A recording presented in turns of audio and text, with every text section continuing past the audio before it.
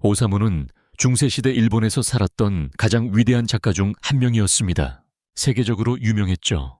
매우 외롭고 어색했지만 결국 제자 중 한 명과 사랑에 빠져 결혼하고 싶어 했습니다. 그녀와 결혼하고 싶어 했죠.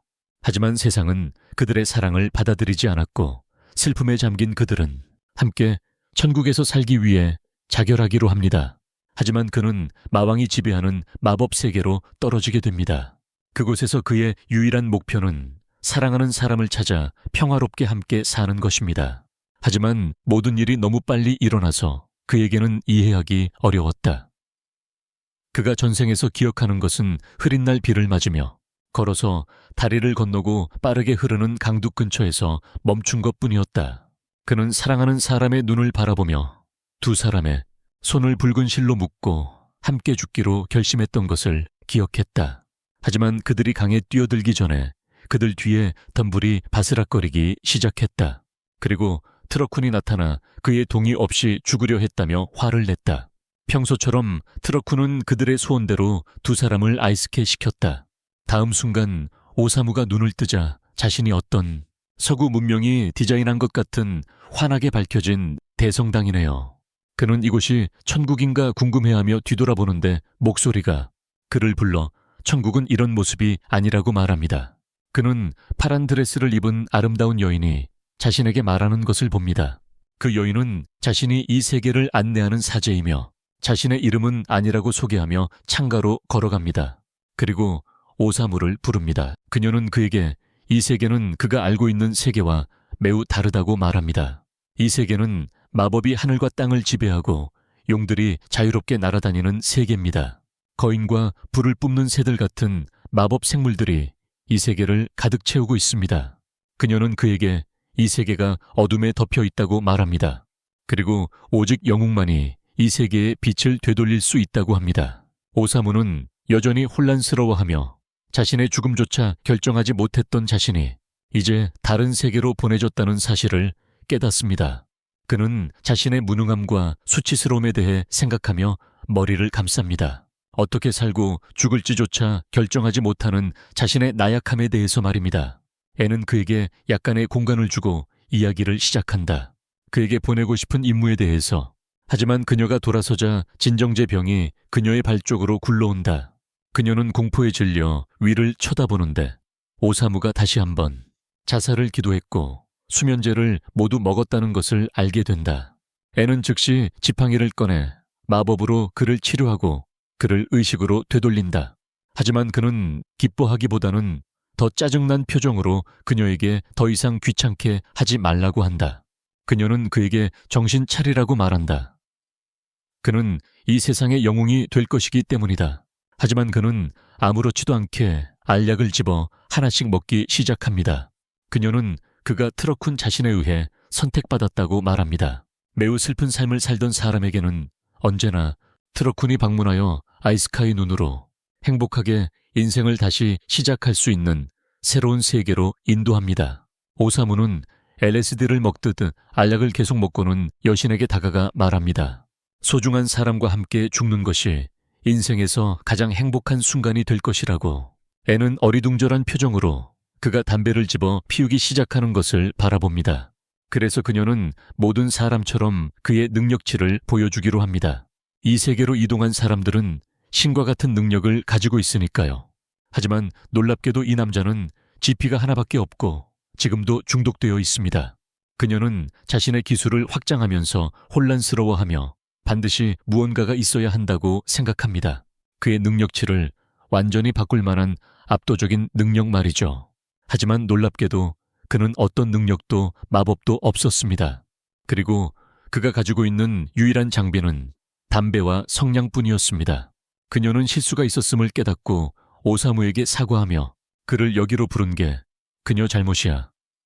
그는 극도로 약하고 자신을 방어할 능력이 없잖아. 그는 일어서서 앤을 돌아보며 자신은 낙인 찍힌 실패자라고 말한다. 평생 그렇게 살았으니 그에게는 새로운 일이 아니라고.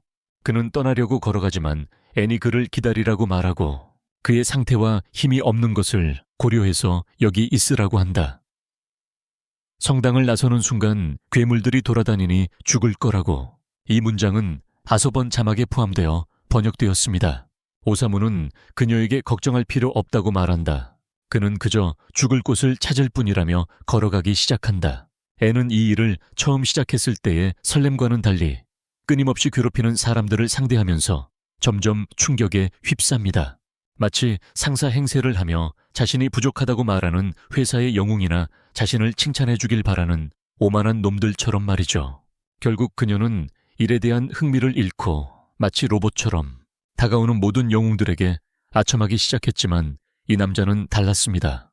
애는 그를 따라가며 적어도 직업이라도 정하라고 말하지만 오사무는 자신은 타고난 작가이며 다른 것은 아무것도 모른다고 말하고 떠납니다.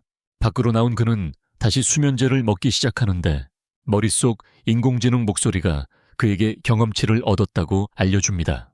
그는 편두통이 있다며 머릿속에서 말하지 말라고 하는데 그러나 실망스럽게도 목소리가 그에게 2레벨을 달성했다고 말하는 동안 노래가 시작됩니다. 그는 이미 죽을 것 같았는데 갑자기 그의 뒤에 거대한 나무가 쓰러지며 걸어옵니다. 악마 같은 나무가 짐승 소녀를 붙잡고 있는 것을 발견하는데 소녀는 도와달라고 비명을 지릅니다. 그는 그녀를 보고 영감을 얻어 글을 쓰려고 하며 그녀에 대해 소설을 써도 되는지 묻지만 그녀는 먼저 자신을 구하라고 소리칩니다. 그는 어색하게 그녀에게 손을 뻗으려 하지만 실패하고 혼란스러워하는 소녀는 그에게 검이나 마법 능력이 없냐고 묻습니다. 순식간에 나무가 그의 목을 잡고 공중으로 들어 올립니다. 숨쉬기가 힘들어지지만 그는 아주 편안해 보입니다. 소녀를 바라보며 죽음은 매우 평화롭다고 말합니다. 털복숭이가 나무가 먹잇감의 생명력을 빨아들이고 있으니 장난치지 말라고 말합니다. 아무것도 하지 않으면 곧 그들도 죽을 거라고 경고합니다. 오사무는 천천히 의식을 잃어가지만 아무렇지 않은 듯합니다. 소녀는 이것이 자신의 생명의 끝임을 깨닫습니다. 하지만 놀랍게도 땅이 흔들리더니 갑자기 나무가 한쪽에서 폭발하더니 가루가 되어 사라져버립니다. 소녀는 완전히 혼란스러워하는데 오사무는 다시 죽지 못해서 슬퍼 보입니다. AI 목소리가 오사무에게 경험치를 얻었다고 알려줍니다.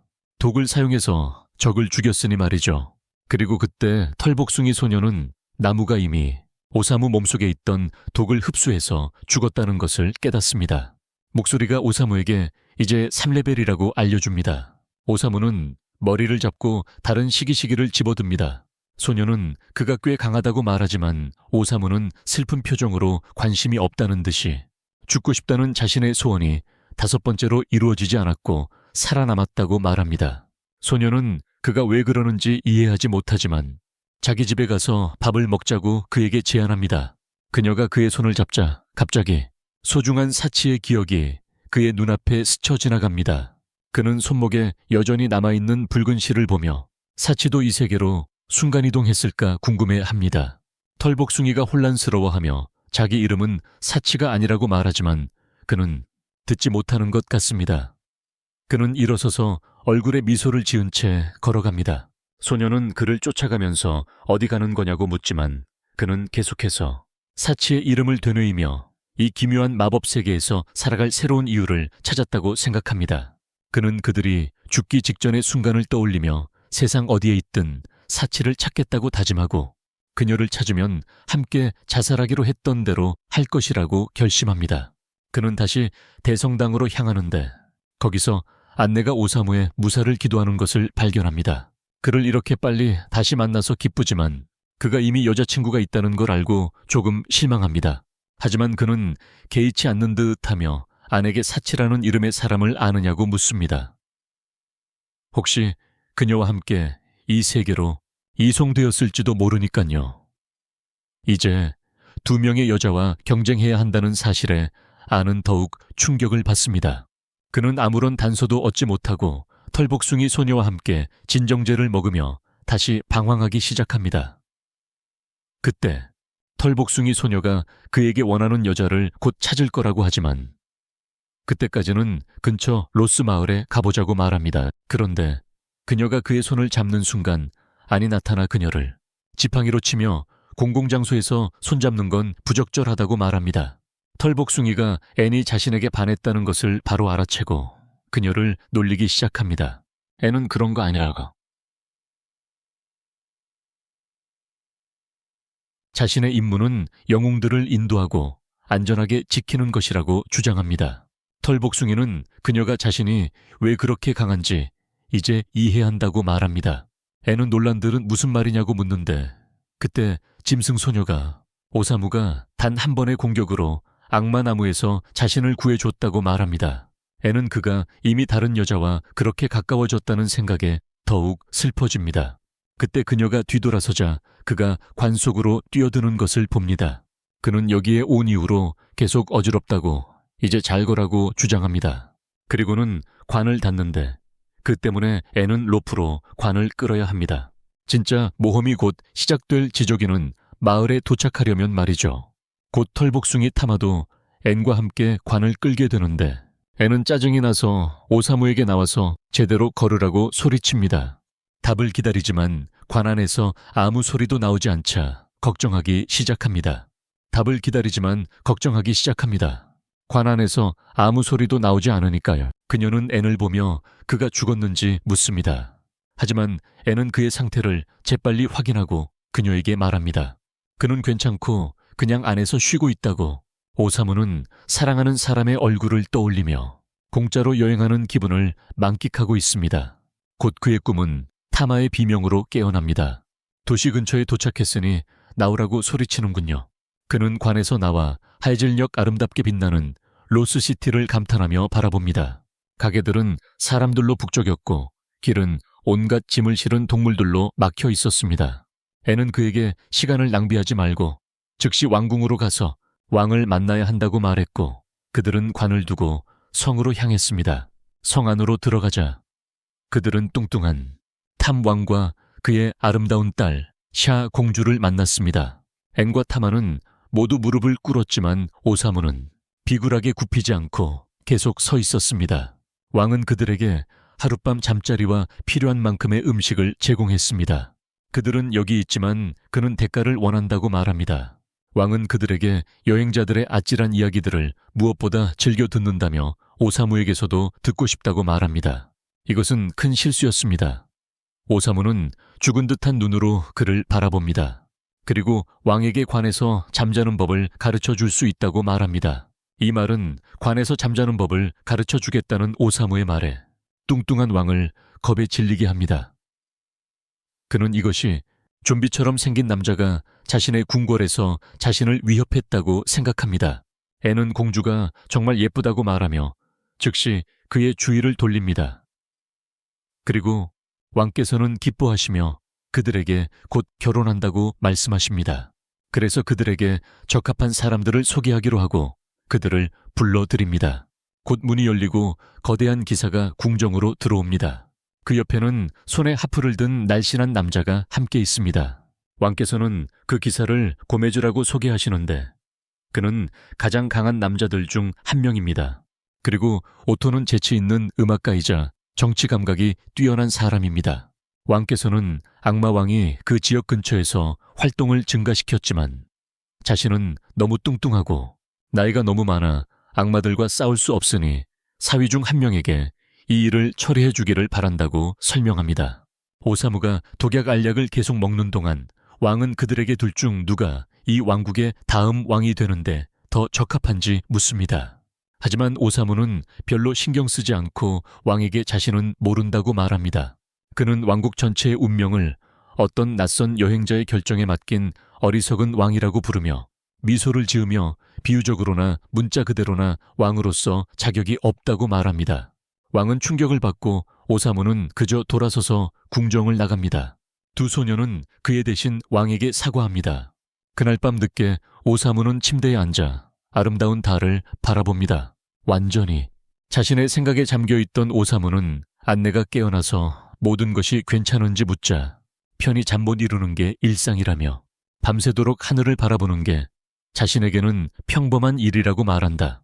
그때 안내는 담요 아래 무언가를 발견하고는 획 걷어내는데 오사무의 침대에서 타마가 깊이 잠든 채 웅크리고 있는 것을 발견한다. 안내는 베개로 타마를 치면서 너무나 음란하다며 털복숭이 생각이라고 타마를 나무란다. 이 소란에 못 이긴 오사무는 차분하게 자신의 방 밖으로 나가 평화를 찾아 걷기 시작합니다. 복도에서 그는 그림자 같은 인물을 발견하는데 그것은 호수를 바라보고 있는 샤르 공주였습니다. 그래서 그는 그녀에게 합류합니다. 그가 옆에 서서 호수를 바라보자 공주는 그에게 인사하며 말합니다. 호수가 너무 아름다워서 그냥 빠져 죽고 싶다고. 공주는 놀라서 그가 괜찮은지 묻습니다. 하지만 오사무는 질문을 바꿔 그녀가 얼마나 스트레스를 받고 있는지 괜찮은지 묻습니다. 그녀는 약간 슬픈 표정으로 고메즈는 강한 기사이고 많은 병사들을 거느리고 있어서 매우 믿음직스럽고 왕국에 가장 적합한 선택이라고 말합니다. 하지만 오토는 어릴 적부터 그녀의 가장 친한 친구로서 그녀가 힘들 때마다 노래를 지어주곤 했습니다. 이 때문에 그녀의 선택은 매우 어려워졌고 오사무는 이를 이해합니다. 그는 오랫동안 자살을 시도해왔고 많은 사람들에게 큰 불편을 끼쳤다고 말합니다. 하지만 그는 여전히 자존심이 있어서 자신의 삶의 방식을 다른 누구에게도 선택하게 두지 않겠어요.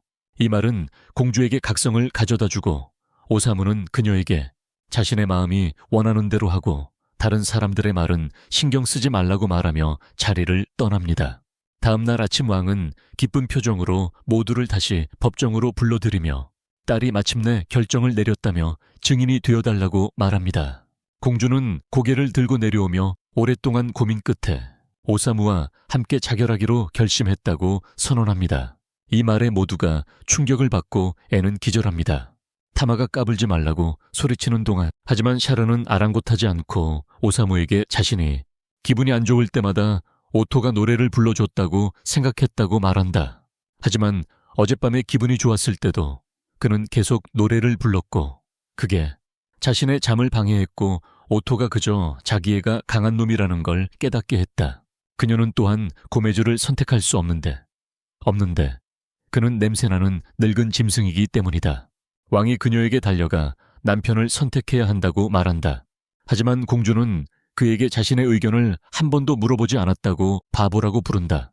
결혼하고 싶지 않다고 선언하며 허락을 구합니다. 그녀의 마음을 헤아려 준 사람은 오사무뿐이었다고 말하는 순간 거대한 기사가 냄새날까봐 불안해서 투구를 벗어던집니다. 모두 충격에 휩싸인 가운데 그는 곧 기괴하게 생긴 악마 같은 황소로 변신하며 자신이 마왕군의 장교 중 한 명이며 공주와 결혼해 왕이 되어 왕국을 마왕에게 바치려 했다고 주장합니다. 오사무는 그녀를 보며 자신에게 꽤 심한 냄새가 난다고 말하고 그 말에 황소는 격분하여 그러한 무례함에 대해 모두를 죽이겠다고 맹세합니다. 타마는 앤을 깨우려 하고 여러 명의 경비병들이 궁정으로 몰려들어 공주를 보호합니다. 왕이었지만 단 한 방에 악마가 기둥과 함께 모두 날려버립니다. 타마는 간신히 기둥을 피하며 안내를 업고 뛰어오릅니다. 그 모습에 화가 난 타마는 방역을 결심합니다. 타마는 돌진하여 악마의 추한 얼굴에 무릎을 날립니다. 털복숭기가 싸울 줄은 상상도 못했던 악마는 완전히 흔들립니다. 오토는 그들에게 자신의 신곡을 부르기로 합니다. 그 노래는 버프 효과를 발휘하여 타마의 능력치를 크게 상승시킵니다. 황소는 곧바로 탐에게 돌진합니다. 그의 뿔이 짐승 소녀를 꿰뚫을 준비를 갖췄다. 하지만 타마는 훨씬 더 민첩하게 밑으로 미끄러져 들어가 공격을 피한 후 악마의 얼굴을 발로 찬다. 악마는 여전히 계속 공격해오기에 그녀는 주먹으로 그를 날려버리려 하지만 그가 뿔로 맞고 그녀를 공격한다. 그녀는 간신히 목숨을 건지려고 뒤로 물러서지만 얼굴에 작은 상처가 나면서 피가 나기 시작한다. 타마는 자세를 잡고 그 사실을 알고 있다. 황소의 뿔은 날카롭고 매우 단단합니다. 괴물은 소녀에게 전력을 다하려고 준비하는 동안 싸움을 가능한 한 빨리 끝내려고 합니다. 하지만 공격하기 전에 오사무가 그를 소라고 부르며 가로막습니다. 그리고 그와 차를 먼저 죽일 수 있는지 묻습니다. 이것은 차를 놀라게 하고 왕은 그들에게 멈추라고 말하려 합니다. 타마는 오사무에게 쓸데없는 짓을 그만두라고 소리치고 짐승은 눈에 불을 지피며 웃으면서 오사무가 자신을 소라고 불렀기 때문에 그들을 죽이고 왕을 죽인 다음 이 왕국에 있는 모든 사람들을 죽이겠다고 약속합니다. 악마는 즉시 오사무를 향해 전속력으로 달려들고 샤르는 망설이다가 눈물을 흘리며 죽고 싶지 않다고 말합니다. 오사무는 웃으며 이번에는 진심이라고 말합니다. 그리고는 그녀를 밀쳐내고 죽음을 맞이할 준비를 합니다. 다행히도 앤이 깨어나 오사무 앞에 즉시 방어막을 펼치며 자신이 곁에 있는 한 오사무가 죽는 일은 없을 거라고 약속합니다. 악마는 방패를 계속해서 밀어붙여 부수려 하지만 모두의 놀라움 속에 자신의 뿔을 부러뜨리고 고통스러워하며 뒤로 비틀거립니다. 이것은 탐에게 공격할 기회를 주었고 그녀는 즉시 뛰어들어 침착하게 홈 허발을 날려 악마를 벽을 뚫고 호수 밖으로 날려버렸습니다. 타마와 앤은 문제가 마침내 해결되었다는 것을 깨닫고 안도의 한숨을 쉬었습니다. 오토는 그들을 칭찬하며 이 싸움의 이야기를 노래로 만들겠다고 약속했습니다. 찰은 벽의 구멍으로 호수를 바라보다가 아버지가 달려와 즉시 무릎을 꿇었습니다. 그녀의 감정을 고려하지 않은 것을 사과하며 자신은 이 왕국을 다스릴 자격이 없다고 말했습니다. 찰은 그를 깊이 포옹하며 이미 용서했다고 말했고 그들은 앞으로는 서로의 감정을 솔직하게 이야기하고 함께 왕국을 다스리기로 했습니다. 다음 날 아침 왕은 자리에서 물러나 조언자가 됩니다. 반면 샤르는 왕국 역사상 가장 어린 여왕이 됩니다. 앤과 타마는 다시 여정을 떠나 거대한 관을 끌며 갑니다. 오사무는 안에서 자면서 곧 어떤 새로운 모험을 맞닥뜨리게 될지 기다립니다. 타마와 앤은 며칠 동안 그의 관을 함께 나릅니다. 그가 거의 관 밖으로 나오지 않았습니다. 타마가 지치기 시작하자 잠시 쉬기로 합니다. 그때 오사무가 관에서 나와서 식사 시간인지 묻습니다. 그는 삶은 두부를 먹고 싶다고 말하지만 당황한 여사제의 얼굴을 보자 그냥 껍질 속으로 움츠러들고 앤은 다음 마을에서 살 물건들을 적어 나가기 시작합니다. 앤은 즉시 찾아보고는 이틀 정도 걸린다고 말합니다. 그리고 탐에게 그곳의 사찰 중 한 곳에 들러야 할 거라고 말합니다. 타마는 빵을 얼굴에 쑤셔 넣으며 왜 들러야 하는지 묻고 앤은 보통 이 세계의 영웅들은 마왕성으로 바로 가서 그를 쓰러뜨리려고 한다고 대답합니다. 하지만 오사무는 그런 목표가 없는 것 같고 단지 사랑하는 사치를 찾고 싶어 합니다.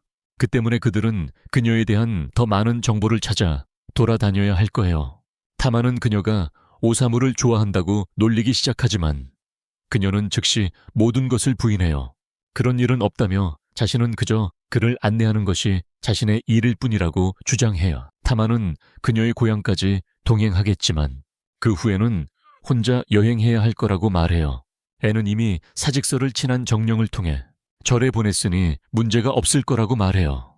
하지만 놀랍게도 그 정령이 돌아와서 시작해요. 담배 피러 나온 오사무의 머리를 물었다. 그녀는 곧바로 식신을 잡아서 그것이 사직서를 전달하지도 않았다는 것을 알게 된다. 화가 난 그녀는 식신을 집어던졌지만 오사무는 그를 귀엽다고 생각하고 밀로스라고 이름을 지어준 뒤 관으로 돌아간다. 갑자기 밀로스가 이상하게 행동하며 무서워서 도망치자 안은 놀랐지만 그들이 대응하기도 전에 거대한 붉은 용이 하늘에서 내려와 그들 바로 앞에 착륙한다. 안과 타마는 둘 다 극도의 공포에 질렸다. 용은 세상에서 가장 강력한 괴물입니다. 그들은 너무나도 공포에 질려 제자리에 굳어있는 동안 용은 그들에게 포효합니다. 그들이 곧 죽을 것이라고 생각한 바로 그때 뒤에서 목소리가 그들에게 용을 물러나게 하라고 명령하고 용은 복종합니다. 그들은 몸을 돌려 하얀 머리카락의 후드를 쓴 작은 소녀를 발견하는데 그녀는 그들을 지나쳐 용을 쓰다듬기 시작합니다. 그 소녀는 알 수 없는 외국어로 용과 이야기하기 시작하는데 타마와 앤은 그녀가 용을 길들였다는 사실에 충격을 받습니다. 그 소녀가 돌아서서 그들에게 떠나라고 말한다. 이곳은 매우 위험하니 즉시 떠나라고.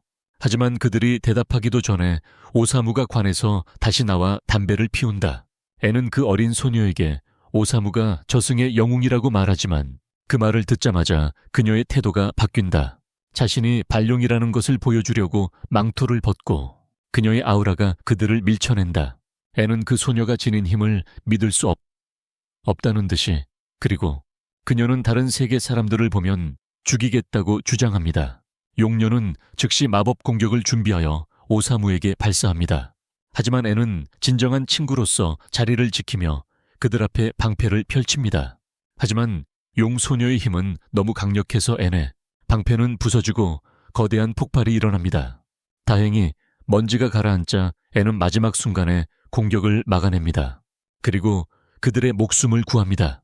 하지만 이제 그녀는 완전히 기력이 다하여 쓰러져 있습니다. N이 타마에게 오사무를 지켜야 한다고 말하자 그들은 어떻게든 일어섭니다. 하지만 용의 소녀는 그냥 걸어가서 중력 마법을 사용하여 그들을 무릎으로 밀어붙입니다. 그들은 엄청난 압력을 느낍니다. 갑자기 N은 용의 소녀의 특별한 표식을 발견하고 그 인물이 다름 아닌 마왕 자신이라는 것을 깨닫습니다. 마왕은 또 다른 공격을 준비하기 시작합니다. 하지만 오사무는 차분하게 일어서서 그녀에게 그 여자아이들을 내버려 두라고 말하며 그녀에게 다가갑니다. 오사무는 자신이 상대이며 이미 죽을 준비가 되었다고 말합니다. 그래서 마왕은 망설이지도 않고 맨손으로 오사무의 가슴을 찌릅니다. N과 타마는 오사무가 피웅덩이에 쓰러지는 것을 보고 경악합니다. 마왕은 그들에게 작별 인사를 하고 현장을 떠납니다. 타마와 N은 충격과 탈진으로 쓰러지는데 오사무가 말합니다. 마왕이 자신을 찌를 때 느꼈던 증오를 느낄 수 있다고 마왕에게 말합니다. 오사무가 일어나 그녀에게로 걸어가는 것을 보며 마왕은 완전히 허를 찔립니다. 그는 너무 슬퍼서 누군가를 찌르고 싶을 정도였다고 말합니다. 그는 그녀에게 다가가 얼굴을 만지며 그녀의 눈이 매우 슬퍼 보인다며 왜 그렇게 슬픈지 묻습니다. 마왕은 충격에서 벗어나 즉시 용에 올라타서 완전히 어리둥절한 채 그 자리를 떠납니다. 오사무는 다시 바닥에 쓰러집니다. 다행히도 구석에 숨어있던 밀로스가 곧바로 그들을 모두 근처 사원으로 옮겼고 사제는 N이 죽을 지경에 이른 것을 보고 경악합니다.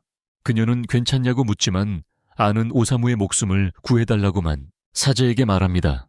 계속해서 피를 흘리고 있는 오사무의 목숨을 말이죠. 여사제는 즉시 사원의 모든 치유사들을 불러 그들을 돌보기 시작했고 다음 날 아침이 되자 오사무는 다시 일어나 평소처럼 가장 치명적인 독을 사서 프레파티에 간 백인 여자애처럼 들이켜고 있었습니다. 타마는 즉시 병을 쳐내고 그에게 소리치기 시작했고 이샤라는 여사제는 아내에게 왜 여기에 온 거냐고 물었습니다. 아는 즉시 사치라는 사람을 아느냐고 물었지만 이샤는 그런 사람을 알지 못한다며 도대체 왜 다른 세계 사람들과 여행하고 있냐고 물었습니다. 그녀는 애니 직장을 그만뒀다는 말을 듣고 안도감을 느꼈다고 말했어요. 다른 윗사람들은 자기 좋을 대로 권력만 휘두르는 엄청난 멍청이들이라고요. 앤에게 오사무와 여행 다니는 걸 그만두라고 말하는 동안 또 다른 이세계인이 그들에게 다가와 이스카가 그를 흙끝 본 후 켄드릭 라마 스타일의 드레이크처럼 랩을 시작했어요. 그는 무한한 증식 능력을 가지고 있기에 당연히 자기 이익만을 위해 돈을 마구 뿌렸어요. 이스카는 드레이크에게 화가 나서 그의 돈을 얼굴에 던져 돌려주고 미성년자들하고만 통하는 녀석이라고 내쫓았어요. 이샤는 앤에게 다른 세계 사람들은 모두 자기밖에 모르는 멍청이라고 말한다. 하지만 앤은 오사무는 다르다며 오사무가 자신의 삶을 완전히 바꿔놓았다고 주장한다. 바로 그때 오사무가 다가와 치명적인 마약을 살 돈을 달라고 한다. 앤은 아무렇지도 않게 그의 손에 돈을 퍼붓기 시작한다. 이샤는 오사무에게 어떤 능력이 있냐고 묻지만 앤은 오사무는 어떤 능력이나 특별한 기술도 없고 매우 약하다고 대답한다.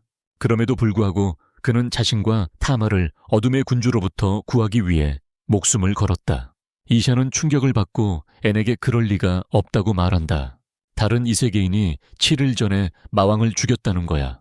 그날 후에 앤은 타마에게 마왕에 대해 이야기했고 타마조차 놀랐지만 동시에 이제 평화롭게 살 수 있다는 사실에 행복해했어. 하지만 앤은 여전히 혼란스러웠어. 왜냐하면 그게 설명이 안 되니까. 마왕의 낙인이 있는 다른 여자아이를 만났던 이유를 말이야. 갑자기 오사무가 자기가 쓰고 있던 페이지들을 모두 찢어버렸어. 왜냐하면 자기가 트윗하는 J.K. 롤링처럼 멍청한 헛소리만 쓰고 있었거든. 앤은 그에게 좀 덜 덕후처럼 굴라고 말하고는 그를 데리고 쇼핑을 갔어. 그리고 앤은 그에게 몸 전체를 덮는 너무 큰 두껍고 무거운 갑옷을 입혔다. 타마는 오사무가 저걸로는 걸어다닐 수도 없다고 하지만 아는 더 이상 그가 다치는 걸 볼 수 없다며 그 갑옷으로 해야겠다고 한다. 그 후 그녀는 투구를 씌우고 그에게 자기가 다른 물건을 사러 가는 동안 그 자리에 가만히 있으라고 한다. 곧 구경꾼들에게 둘러싸이는 걸 보니 이는 좋지 않은 생각이었던 것 같다. 하지만 다행히 이샤가 그를 발견하고 여기서 뭐 하는 거냐고 묻는다. 오사무는 그냥 쉬고 있다고 대답하지만 이샤는 그 말을 믿지 않는 눈치다. 앞으로 안내가 그녀와 함께 지내게 될 것이고 그는 혼자 여정을 계속해야 한다는 말이었다. 오사무는 바보처럼 웃었지만 안내가 그녀와 함께 있을지 아니면 그와 함께 여행할지 결정하는 것은 안내에게 달렸다고 말했다. 그녀는 새장에 갇힌 새가 아니며 스스로 결정할 자유가 있어야 한다며 그녀와 함께 있을지 아니면 그와 함께 여행할지 결정하는 것은 안내에게 달렸다고 말했다. 더 이상 말다툼하기 전에 그들은 마을 중심부에서 많은 소음을 들었다. 엄청난 수의 괴물개들이 몰려오는 소리였다. 금발의 건방진 녀석이 괴물 늑대 위에 앉아있는 동안 드레이크는 그를 스즈키 경으로 소개했다. 그리고 마을 주민들에게 다른 세계에서 온 자들 중 한 명이 마왕을 물리쳤다고 말했다. 이 소식에 평민들은 기뻐하며 환호했다. 마침내 평화와 번영이 찾아올 거라는 사실 말이죠. 하지만 그건 스즈키의 연설의 시작에 불과했죠. 그는 그들에게 저승세계 사람들이 이 세계를 구하기 위해 목숨을 걸었다고 말합니다. 그러니 이제 이곳은 그들이 완전히 지배하게 될 겁니다. 모두 충격을 받습니다. 이 상황에 대해 어떻게 생각해야 할지 모르겠다는 표정입니다. 드레이크가 스즈키를 이 도시의 지배자로 선포하는 순간 갑자기 드레이크는 앤을 발견하고 스즈키에게 이유 없이 자신을 무시했던 사람이 바로 앤이라고 말합니다. 스즈키는 개에서 내려와 얼굴에 능글맞은 미소를 지으며 앤 쪽으로 걸어갑니다. 그리고 그녀의 머리 위에 손을 얹는 그를 보며 그녀는 이것이 자신의 모험의 끝인지 궁금해한다.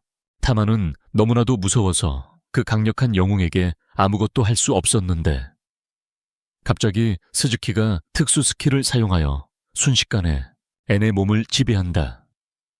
앤은 자신의 영혼이 새장에 갇히는 것을 느끼며 그의 마법에 굴복하여 무릎을 꿇고 눈은 노랗게 변한다. 타마는 방금 무슨 일이 일어났는지 전혀 이해할 수 없었다. 하지만 드레이크는 웃으며 스즈키의 특수 스킬은 손을 대는 누구든지 노예로 만들 수 있다고 주장한다. 그리고 그 사람이 순수할수록 더 쉽게 노예가 된다고 한다. 타마는 분노하며 친구를 돌려달라고 그에게 소리친다. 평정을 되찾는 순간 그녀는 드레이크의 옷깃을 잡고 그의 얼굴을 주먹으로 날리려 한다. 하지만 그녀가 뭔가를 하기 전에 스즈키가 뒤에서 그녀의 머리를 잡고 자신의 특수 마법을 다시 한번 사용하는데 그 즉시 타마도 마치 앤처럼 무릎을 꿇고 그의 노예가 된다. 스즈키는 자신의 능력이 얼마나 압도적으로 강력해서 아무도 아무것도 그 앞을 막을 수 없다고 자랑하기 시작한다.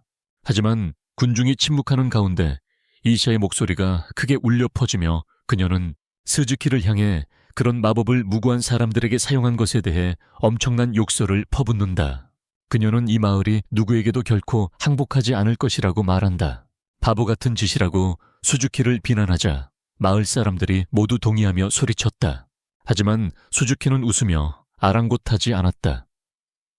그는 이 세상의 약한 자들이 원하는 것이 무엇이든 상관없다며 자신에게 항복하지 않으면 마을 전체를 파괴하고 그 잿더미 위에 자신의 왕국을 세울 것이라고 말했다.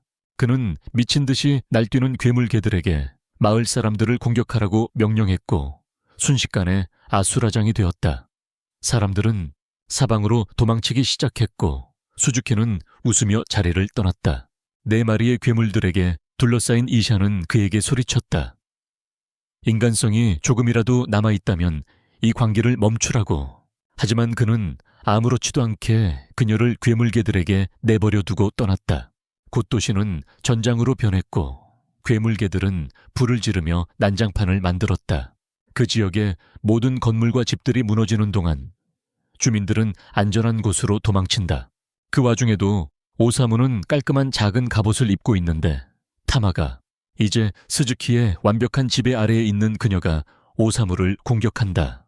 그녀는 온 힘을 다해 갑옷을 핥히며 파괴적인 타격을 입히지만 그의 갑옷은 매우 두꺼워서 그를 구해주고 그는 요즘 친구도 믿을 수 없다는 생각을 한다. 갑자기 타마는 강력한 한 방으로 갑옷에 흉갑을 부수지만 투구가 날아가 그녀의 얼굴을 치면서 그녀를 기절시킨다. 오사무는 갑옷을 벗고 타마를 안전을 위해 통에 넣고 그리고는 무엇을 해야 할지 고민하던 그때 갑자기 이샤가 그의 옆벽에 던져졌습니다. 그는 멍한 얼굴로 그녀를 바라보며 무슨 일이냐고 묻고 그녀는 그 이유가 바로 자신이 다른 세계 사람들을 믿지 않는 이유라고 말합니다. 그들은 모두 탐욕스럽고 자기애적인 바보들이라 아무도 신경 쓰지 않기 때문이라고요. 그녀는 스즈키가 처음 이 세계에 왔을 때 자신이 그에게 살아남는 법을 가르쳐 주었다고 말합니다. 그는 의지가 너무 약해서 모기를 해치지도 못할 정도였습니다. 오사무는 흥미를 느낀 듯 자신의 다음 스릴러 소설을 위해 메모를 하기 시작합니다. 그리고 그 스즈키라는 사람이 어디에 있는지 묻습니다. 이샤는 혼란스러워 보이지만 그가 교회에 갔다고 말합니다. 그래서 오사무는 이샤에게 타마를 부탁하고 그를 따라가기로 한다. 혼자 가면 죽는다고 말리던 이샤는 결국 스즈키를 도시에서 몰아낼 방법을 찾기 위해 그와 함께 가기로 한다. 두 사람은 마침내 교회에 도착하고 이샤는 오사무에게 계획이 있는지 묻는다. 오사무는 듣지 못하는 듯 독약병을 꺼내는데 이샤는 악마를 죽이려는 것이라고 생각한다. 하지만 그녀의 공포에 그 거구의 사내는 그녀 앞에서 독약병 전체를 들이켜버린다. 이샤는 뒷문으로 몰래 들어가자고 말하지만 오사무는 정문을 열고 바로 들어가기로 한다. 그는 드레이크우와 그의 악마 개들 옆 왕좌에 앉아있는 스즈키를 발견하고 이샤에게 다른 세계 사람을 찾았는지 묻습니다.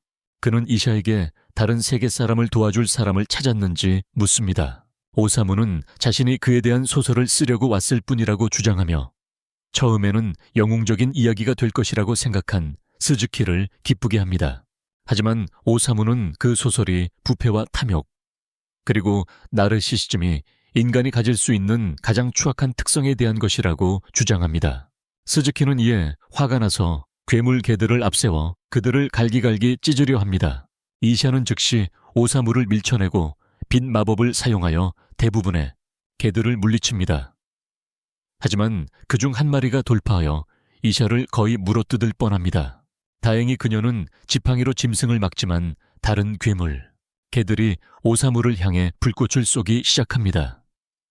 오사무는 거기 서서 필기를 하고 있습니다. 이샤는 지금 도울 수 없다며 오사무에게 피하라고 소리칩니다. 하지만 오사무는 자리를 지키고 있는데 갑자기 멜로스가 헬멧을 쓰고 나타나 모든 불덩이들을 완벽하게 막아냅니다. 불덩이들은 스즈키와 그의 개들에게 되돌아가 폭발합니다. 오사무는 멜로스에게 도움에 감사를 표하고 스즈키는 악마 알파 늑대를 이용해 전투를 끝내려 합니다. 그리고 이 치명적인 개에게 한번 물리면 목숨을 잃을 것이라고 경고합니다. 늑대가 뛰어들어 오사무의 어깨를 물지만 모두의 놀라움과는 달리 늑대는 검게 변하며 바닥에 쓰러집니다. 오사무의 피에 섞인 독 때문에 죽은 것입니다. 이샤는 즉시 오사무를 치료하고 드레이크는 목숨을 구하려고 도망칩니다. 이샤는 스즈키에게 패배를 인정하라고 말하지만 그는 아직 준비되지 않았다. 그리고 아직 안내가 자기 편이라고 밝힌다. 스즈키의 손에서 안내가 단검을 꺼내자 이샤는 정말 충격을 받는다. 그는 안내에게 두 침입자를 끝내라고 명령한다. 이샤는 안내에게 이유를 설명하려 하지만 안내는 듣지 않는다. 그리고 이샤를 찌르려고 돌진한다. 이샤는 공격을 막고 물러선다. 오사무는 계속해서 책을 위한 필기를 한다. 이샤는 그에게 안내를 해칠 수 없으니 물러서야 한다고 말하지만 오사무는 안내가 생각만큼 약하지 않다고 주장하며 앞으로 나아갑니다. 스즈키는 자신의 마법이 너무 강해서 아무도 뚫을 수 없다고 자랑하지만 오사무는 그녀의 말을 무시하고 안내에게 다가가 이것이 네가 원하는 것이냐고 묻습니다. 안내는 칼을 든 채 가만히 서 있지만 그를 공격하지 않고 피가 흐르기 시작합니다. 그녀의 진짜 자아가 몸의 지배권을 잡으려고 싸우며 칼을 움켜쥐자 스즈키는 다시 마법을 사용하여 그녀에게 공격하라고 명령하지만 그녀는 강한 의지로 마법을 깨고 의식을 잃고 바닥에 쓰러집니다. 오사무가 공중에서 그녀를 잡고 이샤에게 완전히 치료해달라고 부탁합니다. 그러는 동안 다시 글을 쓰기 시작합니다. 누군가 자신의 압도적인 마법을 깨뜨렸다는 사실을 믿을 수 없어 협여 수즈키는 눈을 크게 띱니다. 그 충격에 휩싸인 그는 칼을 움켜쥐려고 달려듭니다. 하지만 오사무를 공격하는 대신 그는 자살하려 합니다. 다행히 오사무가 칼날을 즉시 잡았고 손바닥에서 피가 떨어지는 와중에도 수즈키에게 그럴 수 없다고 말합니다. 자신이 수즈키에 대한 이야기를 쓰고 있는데 그가 죽으면 이야기가 너무 빨리 끝나버리기 때문입니다. 그는 수즈키에게 자신의 모든 이야기를 해달라고 부탁하고 눈물을 글썽이는 수즈키는 과거에 대해 이야기하기 시작합니다. 지구에서는 작은 키와 약한 성격 때문에 끊임없이 괴롭힘을 당했어요. 학교에서 매일 맞았고 길에서 만난 술 취한 사람들에게도 욕을 듣고 아무런 처벌 없이 그냥 가버리는 일이 많아서 정말 힘든 삶을 살았어요. 여러 번 자살을 시도했지만 용기가 부족했죠. 그러던 어느 날 트러쿤이 돔의 손길을 내밀어 이 마법 세계로 보내줬어요. 가이드로 이샤를 만나자 그는 깜짝 놀랐어요. 이샤는 그의 특별한 능력 어떤 짐승이든 길들이고 사실상 노예로 만들 수 있는 능력을 보여줬어요. 그는 마왕을 물리치기 위해 열심히 수련했고 천천히 충성스러운 애완동물로 악마 개들을 몇 마리 길렀습니다. 그걸 이용해 다른 괴물들을 죽였지만 다른 세계에 있음에도 불구하고 여전히 좋은 대우를 받지 못했습니다. 사람들이 그를 이세계인이라고 차별했기 때문입니다. 분노한 그는 자신의 마법을 사용하기 시작했습니다. 어떤 힘을 느끼기 위해서였죠. 그리고 그 과정에서 스스로 괴물이 되었습니다. 아사무는 자신의 작은 책이 마침내 완성되었다며 미소 짓습니다. 그 책은 인생을 바꿀 두 번째 기회를 얻었지만 영웅이 되기를 거부하고 결국 실패한 한 사람에 대한 이야기입니다. 그의 나약함 때문에 악당기기도 했죠. 갑자기 아사무의 책장들이 스즈키 주위를 돌기 시작하더니 푸른 빛을 비추고 그의 밑에 마법진이 나타났습니다.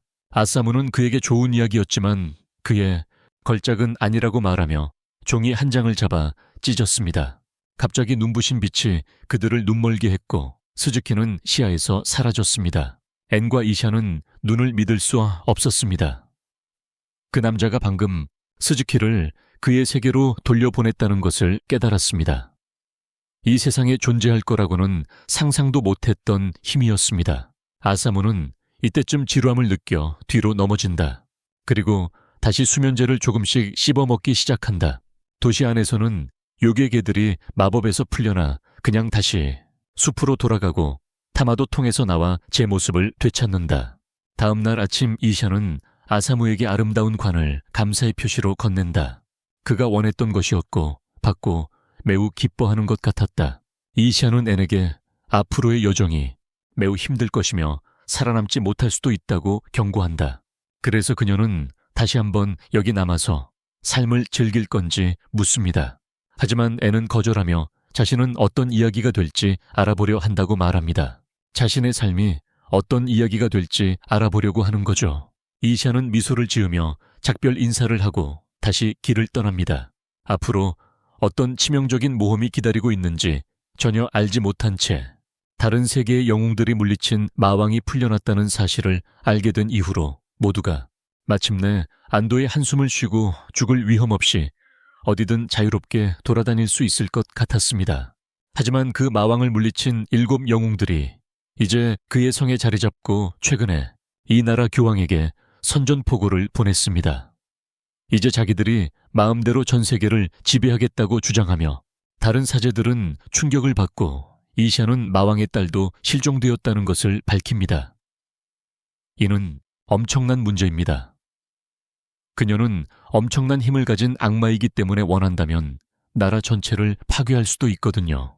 사제들은 그런 상황에서 무엇을 할 수 있을지 고민합니다. 그들이 천사가 되도록 싸웠던 영웅들이 탐욕 때문에 악마가 되어 그들이 열심히 지켜왔던 평화를 위협하고 있으니까요. 갑자기 이샤는 스주의 사건을 떠올리고 최근 다른 사람들과는 매우 다른 이세계인을 만났다고 말합니다. 그는 특별한 능력을 전혀 얻지 못했지만 그가 자신도 모르는 특별한 능력으로 타락한 영웅 세우주를 그의 고향 세계로 돌려보내는 것을 보았다고 합니다. 모두들 충격을 받고 자세한 내용을 묻습니다. 그때 갑자기 교황 자신이 도착하자 다른 사제들은 즉시 땅에 엎드렸습니다. 교황은 이샤에게 그가 말하는 저 세상 사람에 대해 모든 것을 알고 싶다고 말합니다. 마치 신이 그를 이 세상에 보내어 그들의 문제를 해결하게 하려는 것처럼 말입니다.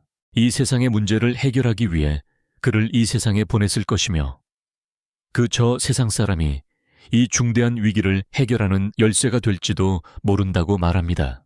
이 모든 일이 일어나는 동안 오사무는 관 속에서 잠들어 있고 타마와 아는 그것을 끌고 근처 도시에 도착하여 잠시 쉬기로 합니다. 타마는 하루 종일 관을 끌고 다니느라 매우 피곤했기에 정말 행복했습니다. 그리고 아내에게 적어도 하룻밤만큼은 좋은 깃털 침대를 구해달라고 간청합니다. 아는 지도를 꺼내 가장 가까운 호텔의 위치를 찾기 시작하는데 갑자기 이유 없이 간판 위에 앉아있던 어린 소년이 그녀에게 가야 할 방향을 알려줍니다. 앤이 감사를 표하자 소년은 그들이 모두 이 도시에 처음 온 여행객인지 묻고 돈을 받고 여행에 큰 도움이 될 정보를 제공하겠다고 합니다. 그들은 그의 말을 들어보기로 하고 그는 자신이 히어로 서비스라는 아이디어를 낸 사업가라고 말합니다. 타마가 혼란스러워하자 그는 힘에 자신이 없는 일행에게 다른 세계의 히어로를 대여해 줄 것이라고 설명합니다. 그 히어로는 그들과 함께 여행하며 목적지에 안전하게 도착할 수 있도록 도와줄 것이라고 합니다. 타마는 스주와 드레이크를 생각하며 바로 역겨운 표정을 짓습니다. 하지만 그 소녀는 영웅들은 보호를 위해 다른 세계에서 온 것이며 매우 친절하다고 말합니다. 그들은 매우 친절하다고 말합니다. 그는 $5,000라는 저렴한 가격으로 그들에게 정말 좋은 영웅을 붙여주겠다고 말합니다. 타마는 그의 목소리에서 사기꾼 인도 억양을 막고 어떤 도움도 거절하려 합니다. 하지만 타마는 할머니처럼 바보 같아서 사기를 당하고 곧바로 돈을 꺼내 아사모의 안전을 위해서는 적은 돈이라고 주장합니다. 소녀는 곧바로 관으로 다가가 탐에게 이 죽은 남자가 아마도 안전하게 매장되기를 원하고 보호받고 싶어 할 거예요. 관이 움직이고 오사무가 살아있다고 주장하며 관에서 나올 때 소녀는 무슨 일이 일어나고 있는지 몰라 겁에 질립니다. 하지만 타마는 그에게 관 속의 남자, 자신이 모험가라고 말합니다. 하지만 소녀는 모험가들이 보통 질식한 고양이처럼 보이지는 않으니까 믿지 않습니다. 이 말에 오사무의 기분이 조금 상합니다. 하지만 소녀는 즉시 안내의 손에서 돈을 낚아채며 말합니다. 그에게 밤에 영웅을 데려오겠다고 하면서 여관에서 그를 기다리라고 그녀에게 말했다. 타마는 강한 모험가가 그들의 파티에 합류할지도 모른다는 사실에 기뻐하며 큰 하품을 했다. 더 이상 관을 끌 필요가 없다는 뜻이었다. 하지만 밤이 되자 그들은 모두 호텔 안내 데스크로 들어갔다. 하지만 여전히 그 소년의 기척은 없었다. 안내 데스크의 할머니는 그들에게 묵을 건지 묻는다. 하지만 애는 영웅도 온다고 하면서 조금만 더 기다려달라고 그녀에게 간청했다. 그 여자는 갑자기 어린 소년이 영웅이 온다고 말했는지 묻는다. 애는 즉시 대답하며 답을 얻기를 바랍니다. 하지만 할머니는 아이의 이름이 너이며 보통 모험가들의 돈을 가로채려 하고 이것이 그의 상습적인 수법이라고 말합니다. 애는 자신이 방금 $5,000를 사기당했다는 것을 깨닫고 패닉에 빠집니다. 타마는 앤을 진정시키고 오사무는 그 소년에 대해 더 질문합니다. 할머니는 너는 세상에 의지할 사람이 없는 고아라서 이 마을에 머물며 기회가 있을 때마다 여행객들을 속여 생계를 유지한다고 말합니다. 그녀는 그가 마음씨가 나쁜 것은 아니지만 누가 이끌어주는 사람이 없어서 잘못된 선택을 하고 계속해서 말썽을 피운다고 말합니다. 앤이 주문한 영웅을 기다리는 동안 너는 차분하게 다리 아래에 자신의 소지품들과 가지고 있던 칼을 놓고 앉아 있었습니다. 그는 사람들을 속인 것에 대해 후회하며 돈의 일부를 돌려줘야 할지 고민합니다. 하지만 갑자기 누군가가 그에게 자루를 씌우고 그의 모든 돈과 함께 그를 데려갑니다. 결국 눈을 떴을 때 그는 나무 기둥에 묶여 있었고 3명의 남자들이 그가 번 모든 돈을 꺼내 그 아이를 비웃으며 불쌍한 사기꾼이라고 부릅니다. 너는 용감한 척하며 다른 세계 영웅들과 친구라면서 그들에게 알리면 화낼 거라고 경고한다. 하지만 3명의 납치범들은 그저 비웃는다. 그런데 알고 보니 3명 모두 다른 세계 출신으로 자신들의 세계를 떠나 도망쳐 강도와 도둑질을 하며 많은 돈을 벌고 있었다. 다른 세계 사람이 친구가 될 거라고 생각하는 너를 비웃고 너가 그들의 이름을 이용해 돈을 벌었으니 혼쭐을 내주기로 한다. 그 무리의 우두머리는 마법 석궁을 꺼내 너에게 보여주며 이 석궁에 화살은 이 무기는 아무리 단단한 용의 비늘도 뚫을 수 있다며 다른 2명에게 네르를 붙잡으라고 명령한다. 그들은 죽음을 받아들인 듯한 소년에게 석궁을 겨누며 웃고 우두머리는 카운트다운을 하는데 갑자기 오사무가 나타나 화살의 방향을 바꾸자 뚱뚱한 놈의 다리가 맞는다. 깡패들은 다른 남자가 나타나자 놀라고 오사무는 아이 앞으로 걸어가며 강도들에게 너희들 같은 추한 놈들 때문에 아이들은 아무도 믿지 못하고 훔치고 사기치는 짓을 하게 된다고 말한다. 한 납치범은 즉시 마법 눈으로 오사무의 능력치를 확인하고 이 녀석이 영웅이라는 사실에 경악하며 소리 지르지만 이내 걱정 말라고 이 녀석은 체력이 1이고 독에 중독된 것 같다고 말한다. 그들은 이 녀석이 약을 한 게 아니냐며 의아해하는데 우두머리는 자신이 충분히 시간을 낭비했고 오사무와 네르 둘 다 죽일 거라고 말합니다. 이 말을 들은 오사무는 즉시 흥분해서 웃으며 리더에게 제대로 조준하라고 말합니다. 마법의 눈을 가진 남자는 오사무가 죽음에 흥분해서 몸이 건강해지고 있다고 소리칩니다. 오사무는 소름 끼치는 미소로 그들을 바라보며 리더에게 심장을 정확히 조준해서 놓치지 말라고 말합니다. 이 모습에 그들은 정말 겁에 질려 오두막에서 뛰쳐나갑니다.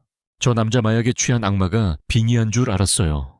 오사무는 그들이 자신을 죽이려 하지 않은 것에 실망한 표정이었고 네르는 그에게 영웅이냐고 물었습니다. 오사무는 자신은 영웅이 아니라 단지 평생의 사랑과 재회하여 평화롭게 죽고 싶은 작가일 뿐이라고 말했습니다.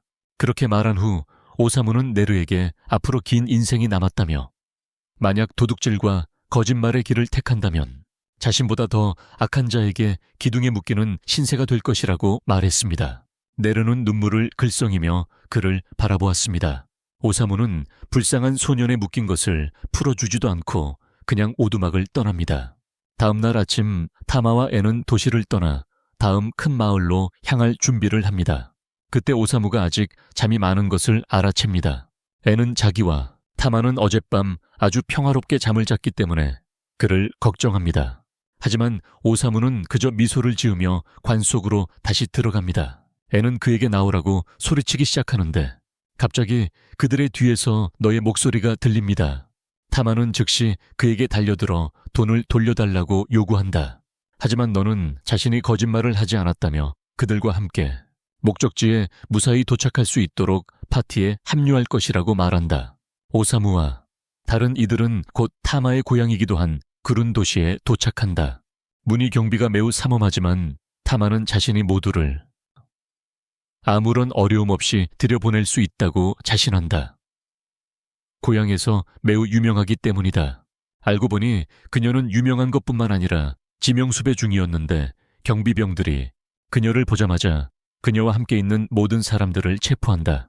간수들은 오사무엔 그리고 너를 감옥에 가두고 타마는 다른 곳으로 데려갔다. 오사무는 밀로스 위에서 평화롭게 잠들고 애는 울고 있다. 그리고 너는 그들이 타마 때문에 체포되었는지 궁금해한다. 그는 타마가 어떤 죄를 저질렀는지 궁금해하지만 애는 타마가 아무 잘못도 하지 않았다고 믿는다. 오사무는 그들의 대화를 끊고 앤에게 이 세상에서 사람들이 어떻게 처형되는지 묻는다. 원시적인 고문과 처형 방식이 좀 기대된다는 이유에서다. 혼잣말로 씩 웃는 오사무를 보고 너는 깜짝 놀라지만 결심한다. 지금 당장 해야 할 일은 감옥에서 나가는 거라고.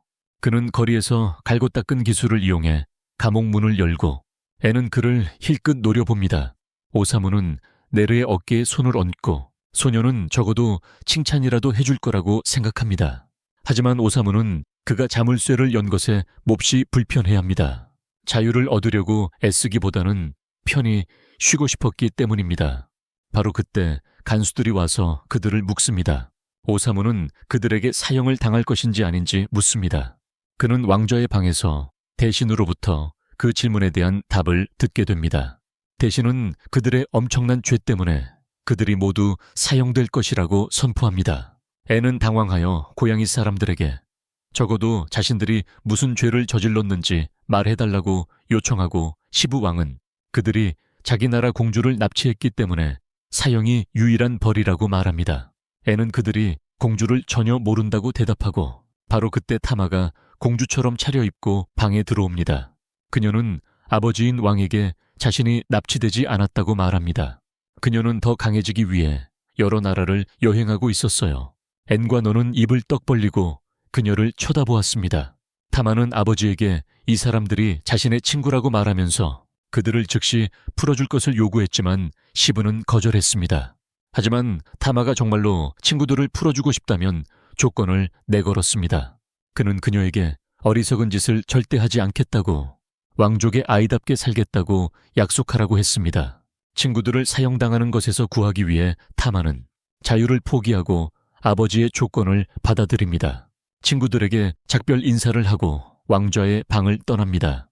그리고 그러자 털 많은 장관이 모두에게 자유롭게 가도 된다고 말합니다. 후에 오사무와 다른 이들은 여관에서 저녁을 먹는데 앤이 흥분해서 타마가 공주인 줄 모르고 무례하게 대한 것을 떠올립니다. 타마가 아버지에게 말하면 처형당할까봐 두려워하며 바로 와이트리스가 와서 공주에 대해 이야기하는 거냐고 묻습니다. 그녀는 전 시녀폰이라고 자신을 소개합니다. 타마를 위해, 그리고 앤과 다른 사람들에게 타마의 친구인지 묻습니다. 네르는 어제까지는 여행 동료였지만 오늘은 왕이 그녀를 그룹에서 나가게 하고 제대로 된 공주 행세를 하도록 강요했다고 대답합니다. 폰은 이 말을 듣고 조금 화가 나지만 이때 오사무는 무엇을 할지 결정했습니다. 그는 폰에게 타마와 그녀의 아버지의 과거 이야기를 해달라고 부탁합니다. 그는 그녀가 매우 흥미로운 사람이라고 생각하기 때문입니다. 앤과 네르는 그럴 필요 없다고 충고하며 오사무에게 위험에 처할 수 있다고 말합니다. 공주 과거를 파헤치다 들키면 큰일 날 거야. 그는 타마가 공주든 술집 여자든 상관없다고, 자기 친구니까 그렇다고 답한다. 공주든 술집 여자든 상관없대요. 자기 친구니까. 폰은 자기가 아는 한 이야기를 해주겠다고 동의한다.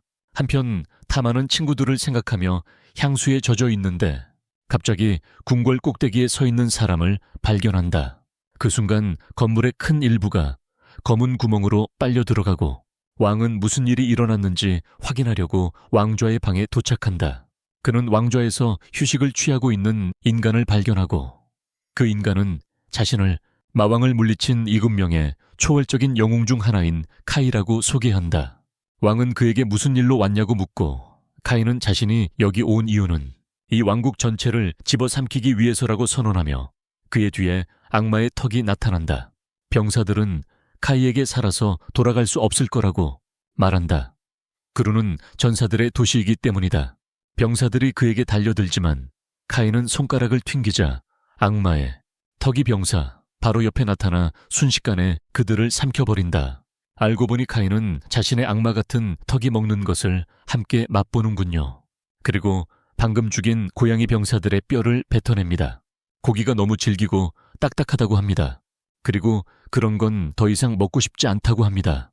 그는 왕 쪽으로 걸어가면서 자신은 어차피 사람 고기 맛을 좋아하지 않으니 통통한 여자를 먹어보겠다고 말합니다. 시부 왕은 카이에게 이 방에서 살아나가지 못할 것이라고 자신이 직접 상대하겠다고 말합니다. 그는 갑옷을 벗고 싸울 준비를 한다. 그리고 카이는 그를 공격하기 위해 악마의 턱을 소환한다. 시부는 악마의 턱 공격을 피하고 뒤쪽으로 강력한 발차기를 날린다. 그리고는 카이에게 달려들어 강력한 천둥 주먹으로 그를 공격한다. 왕의 공격에 카이는 고통스러워 비명을 지른다. 그를 완전히 압도했지만 그는 연기였다. 그는 재빨리 시부와 거리를 두고 자신의 배가 여기 오기 전에 돌을 많이 먹어서 돌로 변했다는 것을 드러낸다. 일반 공격이 통하지 않자 시부는 모든 제한기를 해제하고 필살기를 준비합니다. 주먹 위에 마법진이 나타나고 시부는 카이에게 돌진하지만 바로 그때 타마가 나타나 싸움을 방해합니다. 시브는 물러나고 카인은 타마를 알아봅니다.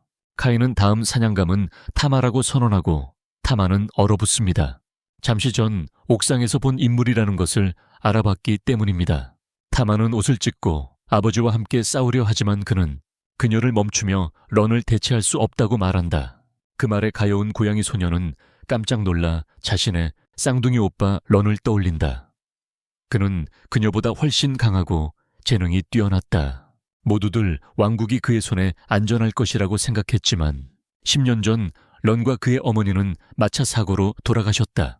왕은 아내와 아들의 죽음에 깊은 슬픔에 잠겼고 어린 타마는 왕국의 미래를 책임지기로 결심했다.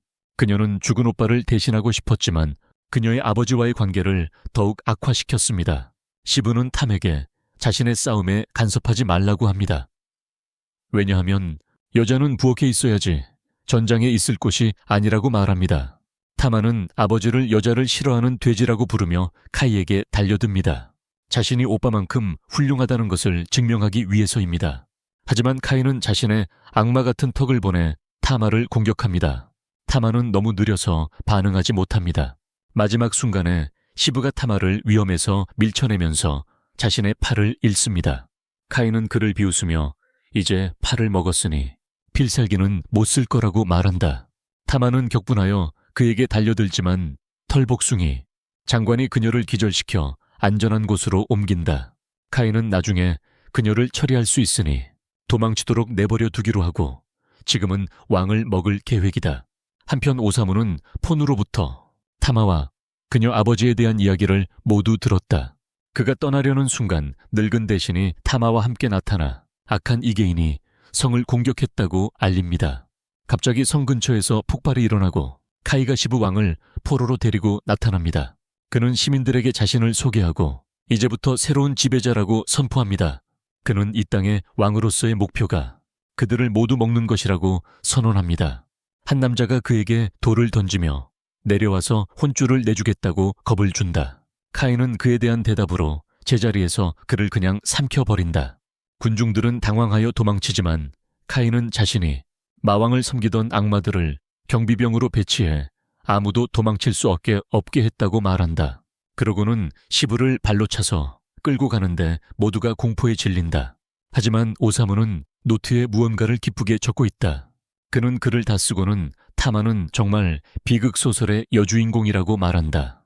하지만 그는 그녀가 깨어나 자신의 이야기가 아직 끝나지 않았음을 보여주기를 바란다. 꿈속에서 타마는 어머니를 보고 그러고는 낯선 방에서 갑자기 눈을 뜹니다. 타마는 오사무와 다른 사람들을 찾으러 밖으로 나가고 자기가 정신을 잃은 동안 일어난 모든 일을 알게 됩니다.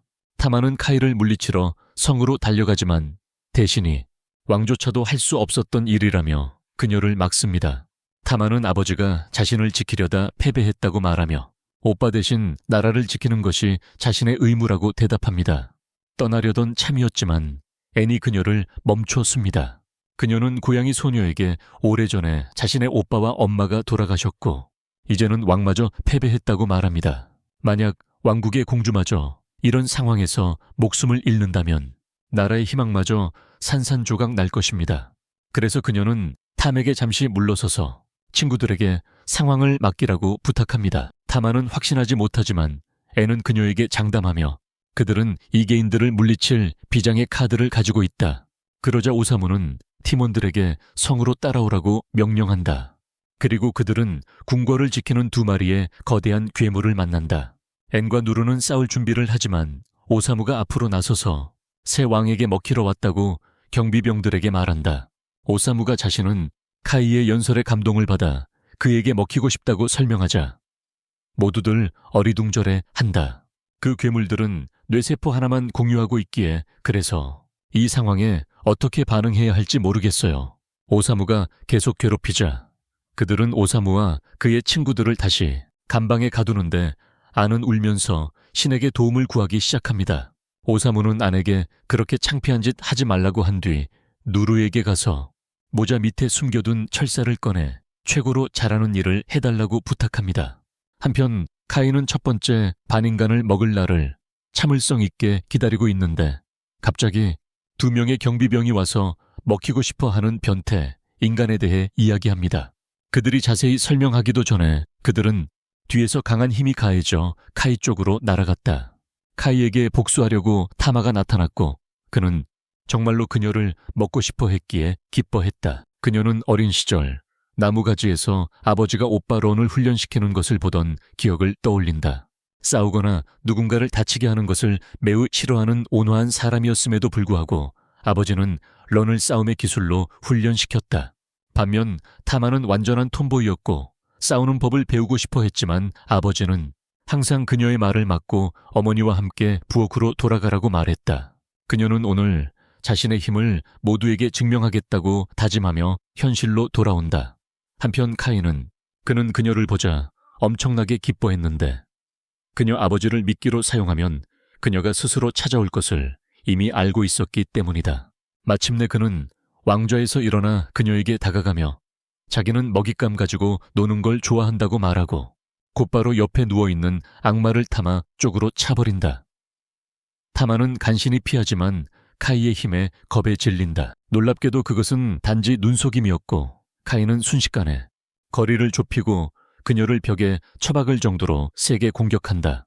그녀는 자신의 아버지의 능력이라는 사실에 엄청난 충격을 받는다. 한편 카이는 끔찍한 인간답게 웃으며 자신의 비밀 능력은 탐욕이라고 말하고 그 능력 덕분에 누구의 힘이든 맛보면 사용할 수 있다며 이제 그녀 아버지의 능력으로 그녀의 팔을 뜯어낸 후 산채로 먹어치우겠다고 한다. 한편 오사무와 파데는 감옥에서 탈출하여 헤쳐나간다.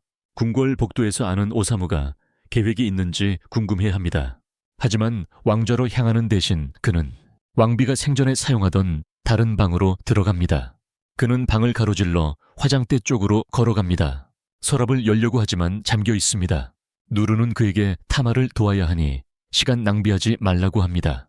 하지만 오사무는 용감한 전사의 도움이 다시 필요하다며 그를 다시 한번 지켜쓰자 누르는 기꺼이 화장대를 열어 안에 있는 책을 보여줍니다.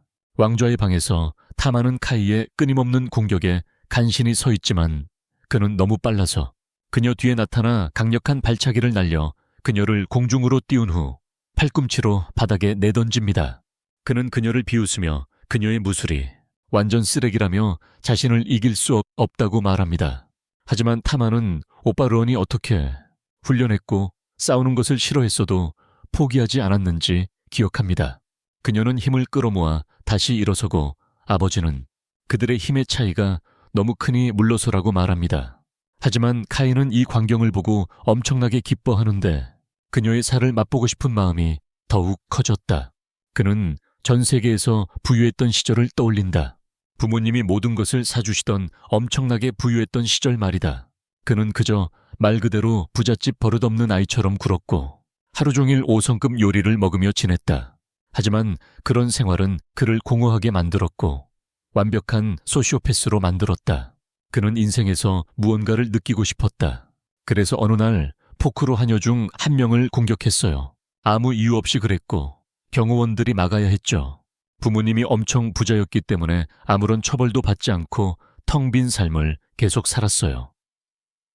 속옷만 입고 도시를 돌아다니면서 노숙자들을 아무 이유 없이 때렸어요. 노숙자라면 집을 지으면 된다고 생각했거든요. 다행히도 트럭씨 덕분에 세상이 이 정신병자를 없애줬어요. 이 세계로 보내버렸죠. 하지만 여기서도 완전 미치광기였어요. 큰 소리로 웃으면서 이 왕국 전체를 다 먹어치우겠다고 큰 소리 쳤어요. 세상에 먹을 사람이 하나도 남지 않을 때까지 타마를 공격한다. 하지만 오사무가 그녀 앞에 나타나자 그의 턱이 갑자기 멈춘다. 카이는 이 이상하게 생긴 남자가 누구인지 궁금해하는데 오사무는 카이의 이야기가 리버데일보다 더 심각하다고 말하는데 그 자체로 충격적인 말이다. 그리고 그것은 분명히 카이를 화나게 한다. 그는 턱으로 오사무를 공격하려 하지만 어떤 이유인지 움직이지 않는다. 카이는 왜 본능적으로 이 남자를 피해야 하는지 궁금해하는데 갑자기 안과 누르도 그의 뒤에 나타난다.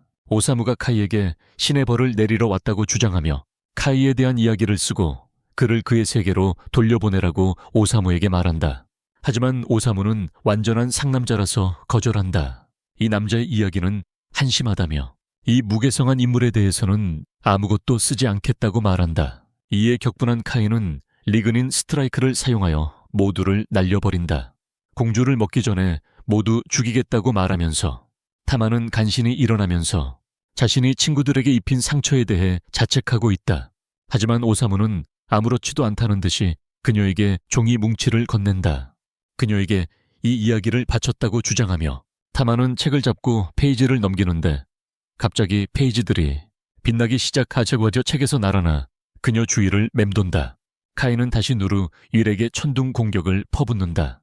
하지만 안이 방패로 막으면서 오사무의 능력이 일반 사람들에게도 효과가 있는지 궁금해 한다. 오사무는 타마의 회복력과 친절함에 감명받았다고 말합니다. 친구들의 행복을 위해 자신을 희생하기로 결정했을 때 말이죠. 그는 타마가 단지 아버지가 오빠의 죽음을 극복하도록 돕고 싶어 했을 뿐이라고 주장합니다. 그리고 그래서 오빠처럼 행동하고 오빠의 역할을 맡으려고 했던 거라고요. 하지만 그 어떤 것도 인정받지 못했습니다. 그는 탐에게 지금 두 가지 선택지가 있다고 말을 이어갑니다. 하나는 아버지가 바라는 이상적인 공주가 되는 것, 또는 오빠의 자리인 왕자의 자리를 잇는 것입니다. 하지만 그는 타마의 길은 다르다고 주장하는데 자신만의 인생과 경험을 가지고 있기 때문이라고 합니다. 그는 그녀에게 원하는 대로 살라고 말하고 그 말 한마디가 그녀를 억눌렀던 모든 속박을 끊어주고 그녀는 비로소 자유를 느낍니다. 그녀에게서 밝은 황금빛 빛이 나오기 시작하고 신수의 문장이 손에 나타나 그녀를 에너지로 채웁니다. 그녀는 다시 일어서고 카인은 뒤돌아서며 만약 만화나 애니메이션이었다면 지금쯤 그녀가 이겼을 것이고 해피엔딩을 맞이했을 거라고 말합니다. 하지만 현실은 그렇지 않고 그녀와 그녀의 친구들은 그녀 아버지 앞에서 그에게 산채로 먹히는 걸 지켜보며 죽을 거야. 하지만 타마는 아무렇지도 않아 하며 오사무는 태연하게 시계 불을 붙이며 카이에게 한번 시험해보라고 해. 요즘 시대의 독립적인 여자가 얼마나 강한지 놀랄지도 몰라. 그녀는 곧바로 카이에게 달려들고 카이는 감전시키려 하지만 타마는 틈을 타 주먹으로 그를 날려버려. 카이는 놀라고 정신을 차리기도 전에 그녀는 염소처럼 그에게 머리 박치기를 해. 화가 난 카이는 거대한 공격을 시도해.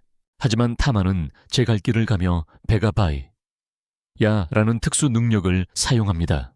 카이의 몸에 수많은 베인 상처를 입히고 카이는 피웅덩이에 쓰러져 죽는다. 탈진한 타마도 쓰러지고 그녀의 아버지가 타마를 부축하고 애니 달려와 치료한다. 오사무는 왕에게 다가가 그의 아내의 책을 건네주고 왕은 오사무에게 감사를 표한다. 오사무는 그에게 자신의 딸에게 감사해야 한다고 말한다. 그녀가 모든 것을 해냈고 자신은 단지 재밌는 이야기를 썼을 뿐이라고. 갑자기 놀랍게도 카이의 몸이 하늘로 떠오르기 시작하더니 기괴한 진의 악마 괴물로 부활합니다. 카이 자신도 놀랐지만 전 악마왕의 살을 먹었던 기억을 떠올립니다. 그 때문에 악마가 되었고 이전보다 더 강해졌습니다. 왕은 타마조차 더 이상 싸울 수 없는 상태이니 이것이 끝인가 하고 생각합니다. 하지만 카이가 공격하기도 전에 그의 머리가 잘립니다. 전 악마왕의 딸 발트에 의해서 말이죠. 모두 그녀가 여기에 있는 것을 보고 충격을 받는 반면 왕은 오늘 대체 무슨 일이 일어나는 건지 궁금해한다. 하지만 발트는 그들을 신경 쓰지 않는 듯이 그냥 카이에게 다가가는데 카이는 그녀를 알아보고 그녀의 아버지가 매우 맛있었다고 놀리기 시작한다. 그녀는 화가 나서 어둠의 마법 광선을 쏘는데 그것은 카이의 머리와 지붕 절반을 관통하며 그를 즉시 죽인다. 타마와 다른 이들은 공격을 예상하며 즉시 방어 자세를 취하는데 오사무는 아무런 두려움 없이 그 악마 뒤에 나타나 그녀에게 기분이 나아졌냐고 묻는다. 발트는 오사무를 보고 놀랐다. 지난번 공격 후 그가 죽었다고 생각했기 때문이다. 하지만 그녀는 일단 물러서서 다시 자신의 용에 올라타고 다음에 만나면 죽이겠다고 말한다. 밤이 지나고 몇 주 후 오사무와 파티는 여정을 계속하기 위해 짐승 왕국을 떠나기로 한다. 하지만 안타깝게도 타마는 아버지를 돕기 위해 남기로 했다. 성으로 돌아온 왕은 타마가 공주로서의 삶에는 맞지 않는다는 것을 깨닫는다. 그녀처럼 활동적인 아이는 가만히 있을 수 없기 때문이다. 그래서 그는 어디에나 모험을 찾고 그녀를 없애기로 결심하고 친구들의 모험에 다시 합류하도록 합니다. 그녀는 기뻐하며 뛰쳐나가고 누르가 서투르게 오사무의 관을 끌고 있는 것을 발견합니다. 하지만 타마가 그들의 어리석은 관을 다음 모험으로 끌어들이는 것을 돕기 위해 돌아온 것을 보고 기뻐합니다. 이 비디오가 마음에 드셨다면 구독하시고 이 완전히 새로운 인간이 숨어서 마계군의 최강 지도자가 되는 애니메이션을 확인해 보세요.